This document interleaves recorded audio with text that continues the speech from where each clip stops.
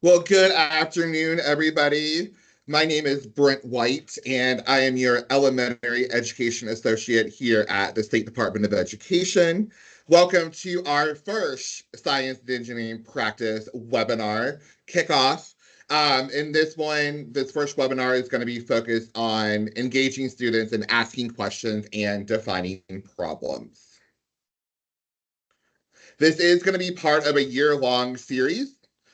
We will be recording each of these and posting them as a group after the last one in the spring. So just know that these will be recorded and able to be viewed, and they will be uploaded on our Science Professional Learning Libraries page section on our Professional Learning Opportunities page. First, I want to let you know our disclaimer about the use of AI. And what happens with AI with this Teams webinar is that it counts those AI note-taking bots as participants. And so it throws off our participant counts when we're trying to do breakout rooms. And so my co-pilot will be removing those. And so it just helps again with the numbers, because we've had instances where somebody's been in a breakout room with AI bots, which you could imagine was very fun. So we will be removing those as they come in. Again, it just messes with our functionality a little bit. Again, my name is Brent White. I am your Elementary Science Education Associate here at the State Department of Education. We define that as K through 5. On the opening slide, you saw Lark's name, but Lark is unable to join us this afternoon. So I am joined by Roger, who is my co-pilot, and I'll give him a moment to introduce himself. Thanks, Brent. It's great to be with you all today. I am the Education Associate for Visual and Performing Arts, so I'm sure I've had interactions with many of your colleagues in your schools. I'm going to be here more so in the background, but to let you know, I'll be monitoring the chat. So if you've got questions along the way, feel free to throw those in the chat. Any other comments or things, and I'll grab Brent's attention as we need along the way. But if there are any tech issues or things, feel free to reach out, and I will be here to support. Thank you, Roger. I really appreciate your help this afternoon.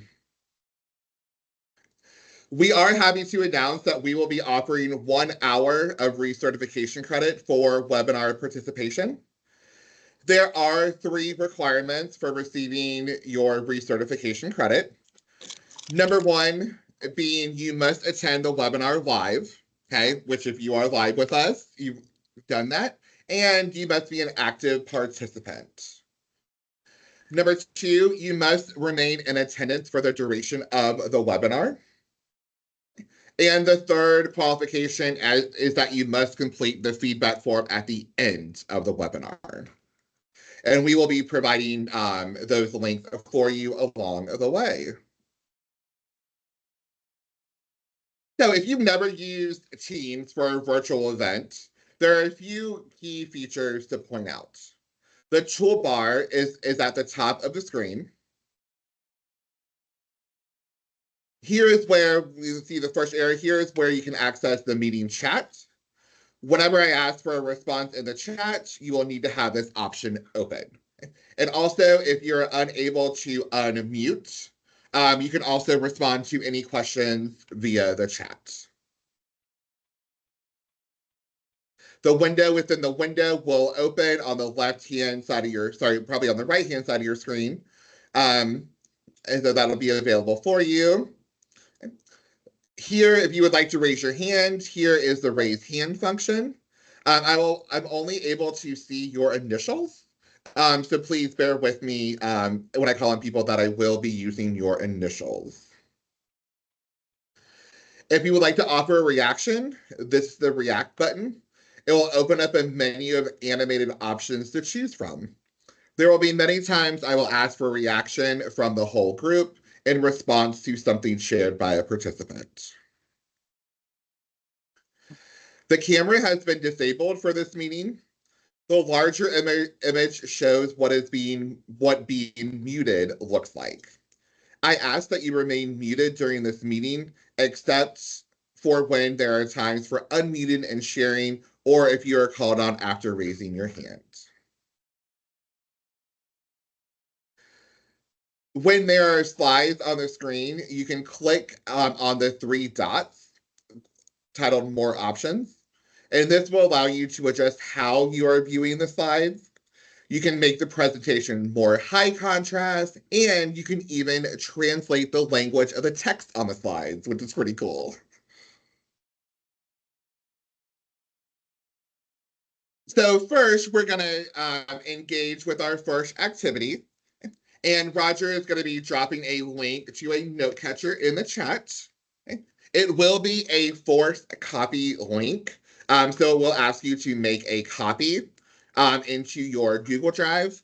And if you might need to log into your Google Drive in order to access that.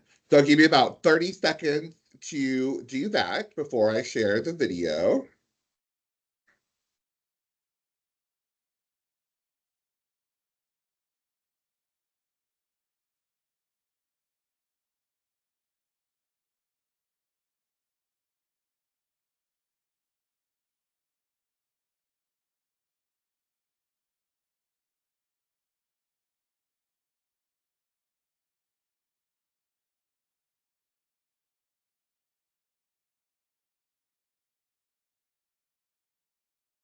So what we're going to do, I'm going to play the video in a total of 3 times. Okay? The first time, I just want you to observe. Do not write anything. Do not type anything. I want you to just observe. Okay. The second time viewing, I will ask you to record, okay, what you are observing. And then the third time, I will ask you to write down any questions that you have about what you're observing. So again, the first time, just observe, sit back, and enjoy. Oh, and before I play the video too, the sound is not required. The sound is just going to be background music. So if you're in a situation where you cannot have sound on, you will not be missing out on anything with the video.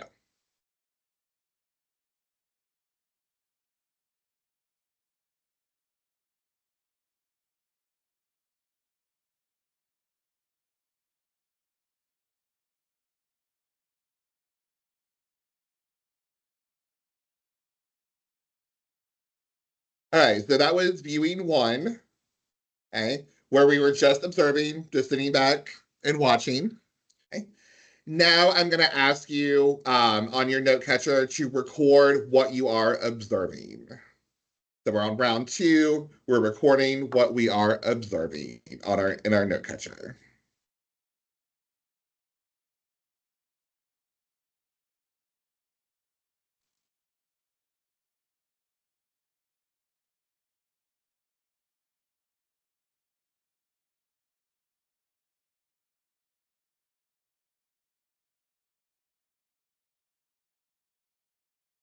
All right, that was viewing 2.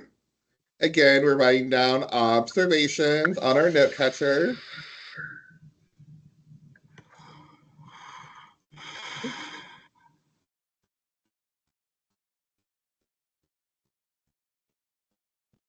Hey, Brent, we might have a permissions issue on the note catcher. Okay. Even though it's a forced copy. All right. Let's see what's going on. All right. And it's fine if you just want to open up or write down any observations. It's just a column about observations. So if you just have or want to open up any type of document. Oh, there we go. I think I found the issue.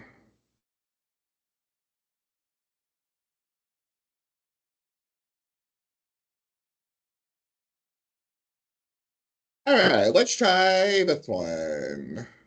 Some people don't have any issues with it. Okay. All right, we'll see if that one works out better for people.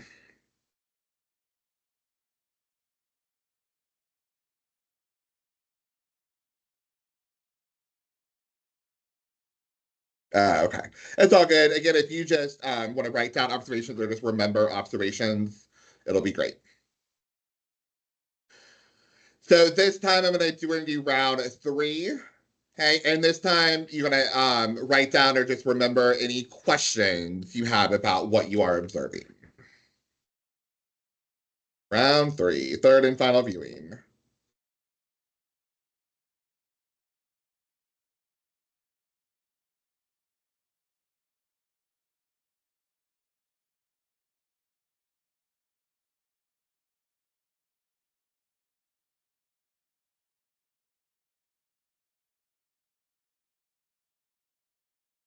All right. So that was round 3, all right, where we were thinking about questions. And if anybody was having issues, if you want to try to click refresh, I did change the permissions, so hopefully that might work. And again, if you just remember any observations or remember any questions that you will able to, you can still be able to participate.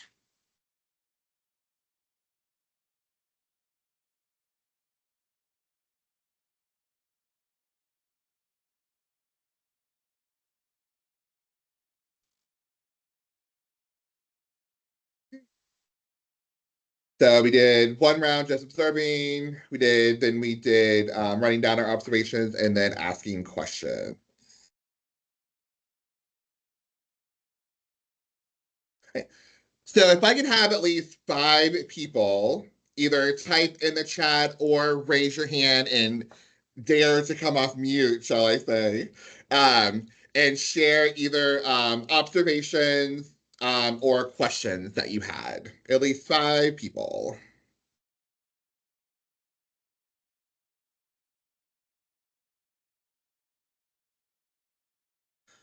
And we have in the chat that the colors combined, the colors mixed together. Amanda, do you want to come off mute to be a brave soul for us and get us started?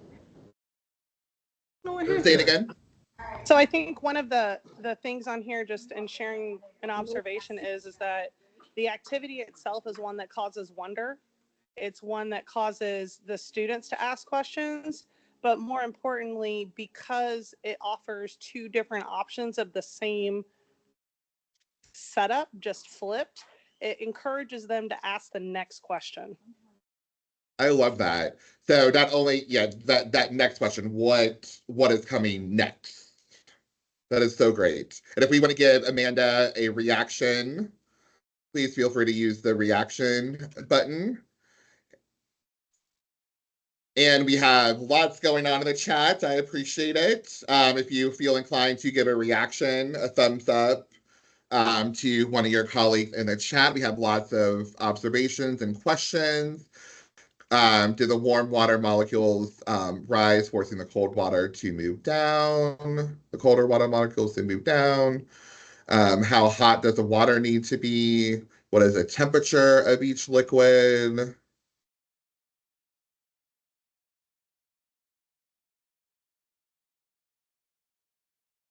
Why didn't the cold liquid travel down and not the hot liquid? I know lots of people are curious about the temperatures.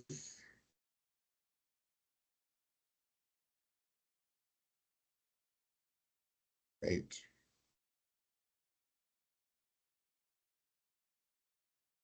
And y'all far exceeded the 5 number. I should have gotten way higher than 5. But you well exceeded the 5 participation numbers. Right? So keep those coming in the chat. And here's our agenda for today. So first we're going to talk about some learning targets. This ain't getting on my nerves already. And we are we'll do a mini lesson. We'll do a document dig into 2 documents. We'll do some clarity and closure. And then we'll have attendance in that feedback form for renewal credit. And then we will have some answers to some pre-submitted questions. So our learning targets for today. I can analyze how the practice of asking questions and defining problems supports student sense making.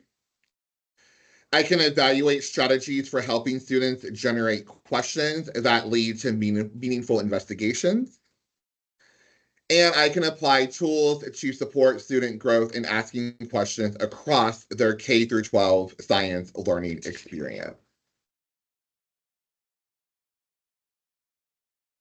So first, let's dive into our mini lesson about the science and engineering practice that we're highlighting today, asking questions and defining problems.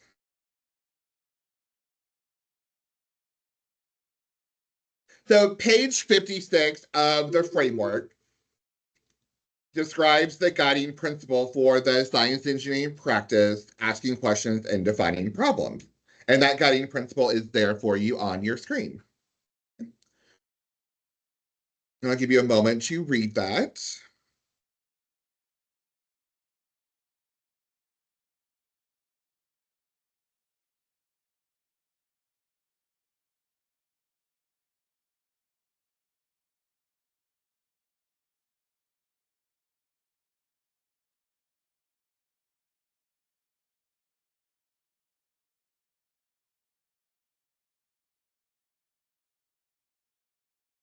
So with this guiding principle in mind, you're going to be moved to breakout rooms to evaluate the vertical articulation of this SEP. And when I say SEP, I mean science and engineering practice. What you're going to do is you're going to read the vertical articulation for key milestones and transitions in the skills development. And be prepared to share a summary of your discussion when we return. So first, Roger, if you will drop the link to the vertical articulation in the chat. Perfect. Awesome. Okay. And Roger is going to send you off to breakout rooms. Okay. Again, you're going to look at the vertical articulation, looking for key milestones and transitions in the skills development. Okay. And then be prepared to share out by group when we return. And I'll give you probably about 7 minutes or so, and I will send it in now. Thank you so much. I never give enough time. We know we can spend a lot more time looking at these. But if I could have at least 5 people, 5 groups share out what their discussion was, a summary of their discussion. And this could either be you unmuting or you can respond in the chat as well. A summary of your discussion. All right, I did see the full name of this one. So Sarah Glaze, go ahead. Awesome, thank you. I want to give a shout out to one of my group members. Their mic is not working, so I said that I would share out loud, but 100% their words and thoughts. So Raquel Hartley, the summary that they gave, I thought was just a great way of kind of putting it all together. They said in the primary K through 2, it's early foundations. In that 3 through 5, it's expanding thinking. When 6 through 8 is deeper inquiry and evidence-based thinking. And 9 through 12 is critical inquiry. Awesome. Thank you so much for speaking for your group member. And let's give them both of them a reaction using the reaction button. Okay. Angela, go ahead and unmute. Hi, everyone. Can you hear me? We can, yes. Okay. So we had a great discussion. We said that K through 12 was like the natural and getting them to ask questions and observe. And then 3rd through the 5th grade, we're doing the scientific method, and we're using variables for them to predict an outcome or a change. 6th through 8th, we're talking about relationships and providing evidence and defining an argument, expanding on the scientific process. And 9 through 12, we're talking about observations and making models, not only that, testing and defining, as well as defending what you came up with. So that's what our group members came up with. Great. Thank you so much. Again, seeing those differences as you go through those grade bands. Excellent. We give a reaction to Angela in the chat for her group. Or not in the chat, but you can use the reaction button across the top. In the chat, we have from grades K through 2, they ask for identify. And then all through the DCIs, we need to ensure that we are incorporating the SCPs. Great. And we can give reactions to those in the chat as well. And would anybody else like to come off and mute? All right. Marilyn, go ahead and come off mute for us.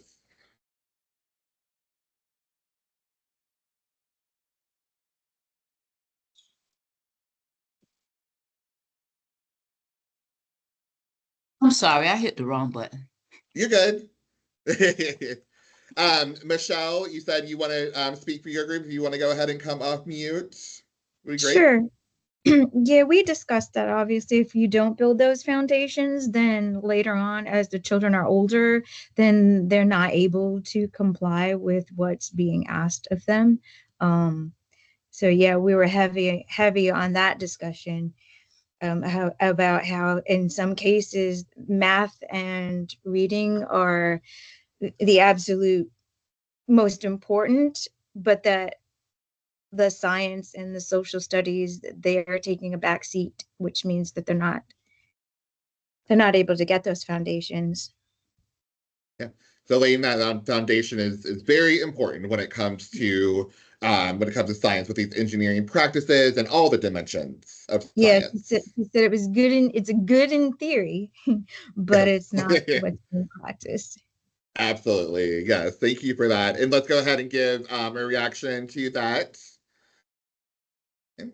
Also in the chat, room 10, we saw the rigor of questioning and the higher levels of thinking were expanded as you increase in the grade levels. And particularly was to see that students in high school had to evaluate their questions that they were developing. Okay. Also in the chat for the vertical articulation shows progression of expectations, and scaffolding is present. Excellent. And we have some others there in the chat, and if you want to give a reaction to any of those in the chat. And I love this last one that I see from Brett, that we must continually find a way to promote wonder. Absolutely. So I always joke that, younger kids are always curious, but secondary students are curious, but again, it's not quote unquote cool to be curious and have that wondering mind frame. Great. Thank you all so much for that. Again, exceeded expectations with participation. Let's continue talking about asking questions and defining problems.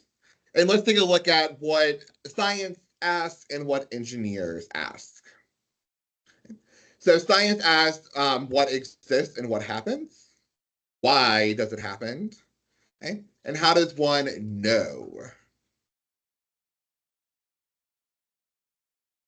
Engineering asks what can be done to address a human need or want, what tools are available or could be developed, and how can the want or need be better specified. What exists and what happens, why does it happen, how does one know? Engineering asks what can be done to address a human need or want, what tools are available or could be developed, and how could the need or want be better specified. And what they have in common is that how does one communicate about the phenomenon, evidence, explanations, and design solutions. So that communication piece is both what science and engineering have in common when it comes to this SCP. I already saw this in the chat about how do we support students in asking questions. Okay? So we need to develop a student skill in crafting well-structured questions. Okay? So questions should be clear and focused, purposeful, aimed at deepening understanding or solving a problem, and connected to the phenomenon, observations, or curiosities they wonder. as they encounter those. Helping students practice framing questions that begin with how, why, what causes, rather than actual factual recall. Using classroom discussions, modeling, and sentence frames to scaffold this skill. And over time, students learn that good questions drive investigations and open pathways to discovery.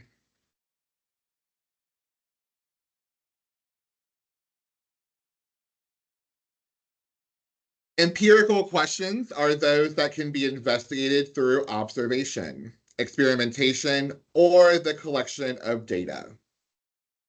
And you probably saw the word empirical come up in some of the vertical articulation that you just looked at. Okay. So in the chat, I have 2 questions for you. Okay. Question 1 says, why are magnets used in so many everyday devices? And question 2, how does the strength of a magnet change with distance? So in the chat, I want you to think about and tell me which question is an empirical question and why.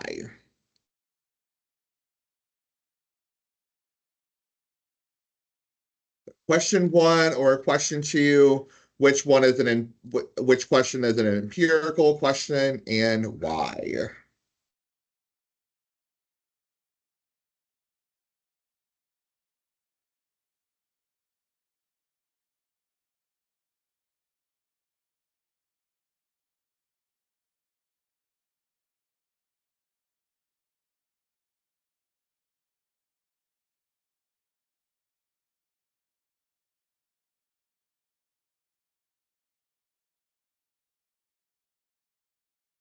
Excellent. Thank you for responding in the chat with the question, number your choice, and a reason why.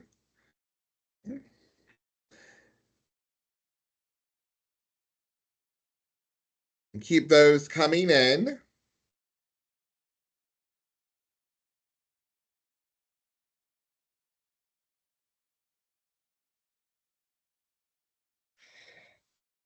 So as educators, if we guide students toward recognizing that questions like how does the strength of a magnet change with distance, okay, that can be tested through an investigation, through controlled experiments. So using examples and sorting activities to help students differentiate between empirical and non-empirical questions. And this is going to help build their ability to design investigations and interpret evidence.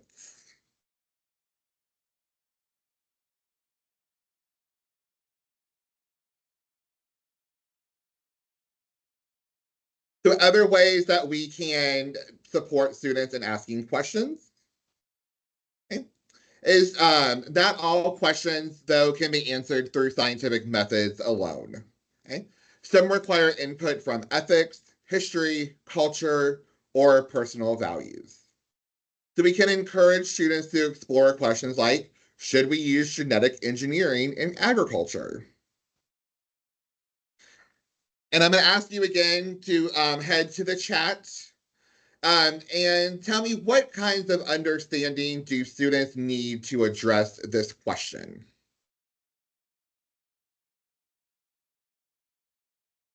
And this can include scientific understanding and ethical reasoning.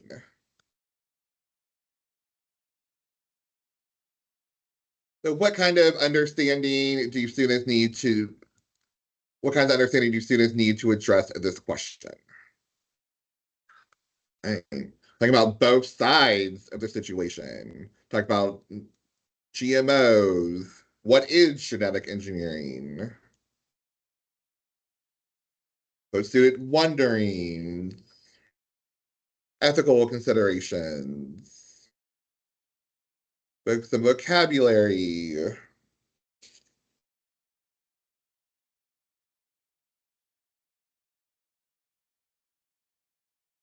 And feel free as these are coming in, please feel to react in the chat to your colleagues' responses.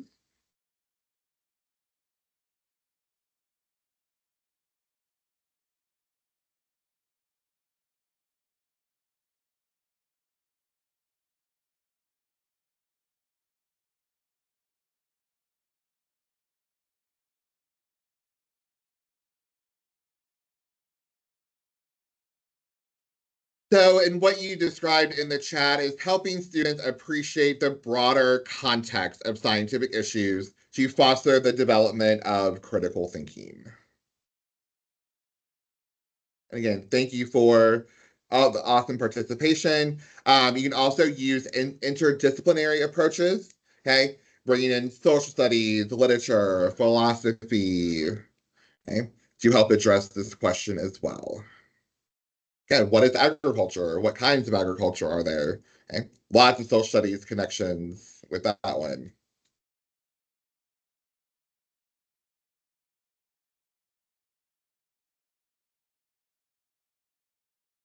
And what we're going to move to next is we're going to do a document dig into 2 documents that are posted on our instructional resources page.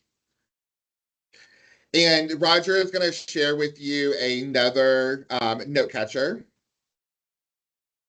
Okay. And we're going to be engaging in a See, Think, Wonder protocol for the graphic organizers and our document using the science and engineering practices. So again, if you're having trouble accessing the Google Doc, you can just discuss in your breakout rooms for this as well. Okay. You're going to use the See, Think, Wonder protocol to dig into the 2 resources. Okay. Your room will be assigned either an elementary or a secondary resource to dig into.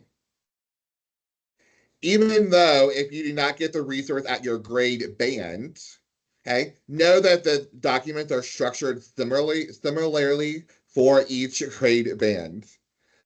Be prepared to share the insights from your conversations when we return. And your room number, okay, which is the upper left-hand corner, will be your slide number. So using the See, Think protocol, and you are going to, your breakout room is your slide number. All right. And I'll give you, we'll give about 8 minutes to do that again, just to do a little short dig into these 2 documents. And so, again, I'll stick with 5. 5 seems to be a magic number that we always exceed. So 5 people either want to share, come off mute and share, or share in the chat. And first we have Elizabeth. Thank you so much. All right. We were elementary, which gave me a little bit of a laugh. I'm not elementary, but on the document we were looking at has like the observe, the knowledge, the questions. And we were talking about how a strength of it for organizing their thoughts and starting questions is that there's images and things to go with it. So when it's talking about their senses, it gives them a picture of their senses. But then we also got, not off topic, but on topic as well, about we're struggling with battling the technology side of things with kids wanting to be more curious because we've given them cell phones, which, shameless plug, the Anxious Generation is a great read for this. I just finished reading it and it makes so much more sense now in my teaching, but we've given them technology from day one. So now they're not as curious naturally. And I know personally at my school, we're trying to rebuild things in where we are required to have 2 turn-in talks in every single lesson to help build that communication and curiosity again because of the technology being lost to it. Absolutely. That technology can be so isolating because we're one person on the phone, seeing what, we want to see. So thank you. And kudos, to building that communication time in so that they are talking to one another. That's great. We want to give Elizabeth a reaction in the meeting. And the next hand I see, EM, if you can come off mute. So we had, I think it was 3 through 5 is what we had, but I teach middle school and then one of our people taught 3rd grade, so we could talk about how that worked for each of us. And from the middle school standpoint, what we had was they could ask their questions, and then it actually gave them spaces to change what and list what they changed throughout an experiment. And I feel like that is something that my sixth graders struggle with so bad, is that they cannot tell the difference between an independent and a dependent variable in the control. So if it's in front of them and they have to list it out, that's going to help them so much more be able to work through what they're doing. Yeah. And so I think you illustrated a great point of, even though say the document is 3 through 5, for a sixth grader, that 3 through 5 document might be more in their wheelhouse. So because they're not fully secondary, they still have some of those ties to some elementary, especially at the beginning of the year. So seeing that, like using maybe a grade band behind when needed to move students forward. That's great. In the chat, document breakdown apart themselves, gives space to identify the foundations. That's great. Yes, there are graphic, and this is a great point as well, Jennifer, that the graphic organizers are there for every for K through 12, 3 through 5, and secondary. And they're on the instructional resources page. And we'll be dropping that link. I think Dr. Gordon dropped it in, but we can drop that link in later, that they are there K through 2, 3 through 5, and secondary. So thank you for highlighting that. Okay. The SEPs are divided into the sense-making, investigation, and critiquing practices. That's all that breakdown as well. Good. Talking about, again, the scaffolding. Okay. All right, let me reshare that. Let me reshare my slides. Again, talking about scaffolding in the chat as well. That's great. Okay, yeah, and I like that, the space for them to draw pictures, even though they can't write yet. That's excellent.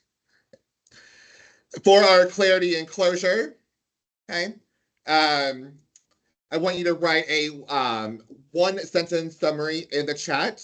But for this one, we're going to use a waterfall protocol. So what I want you to do is to type out your one sentence as a key point of today's learning. But I do not want you to hit enter yet. Okay, hold off on hitting enter, but go ahead and summarize in one sentence a key point of today's learning. But again, do not hit enter yet.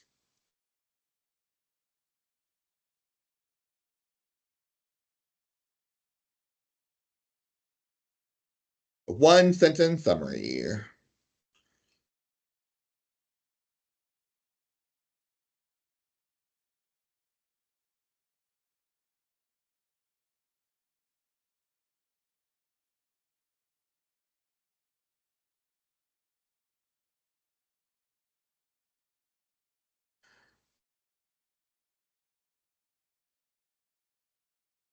And I'll count you in if you are ready.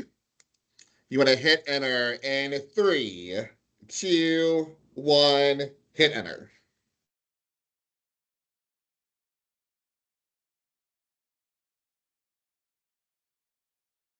And if you see something you like, go ahead and do a reaction to one of your colleagues in the chat.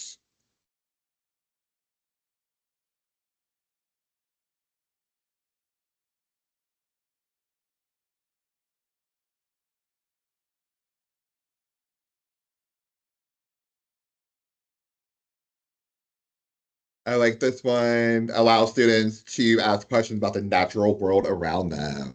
Absolutely. That questioning is important for critical thinking to develop.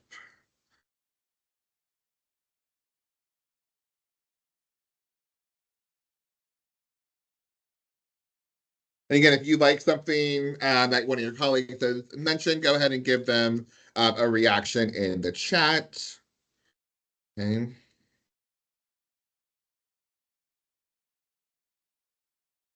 What a great comment here. Today's learning includes purposeful learning that connects to real problems with students interacting and investigating. What a great statement. Yes, I completely agree. That is amazing.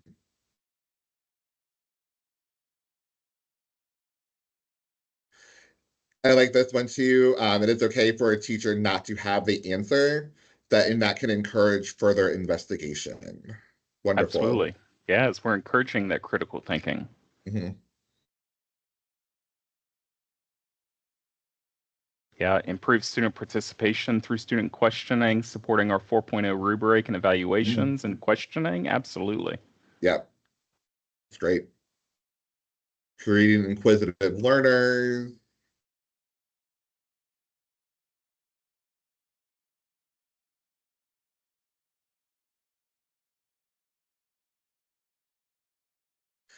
You can keep those coming in and continue to respond to your colleagues.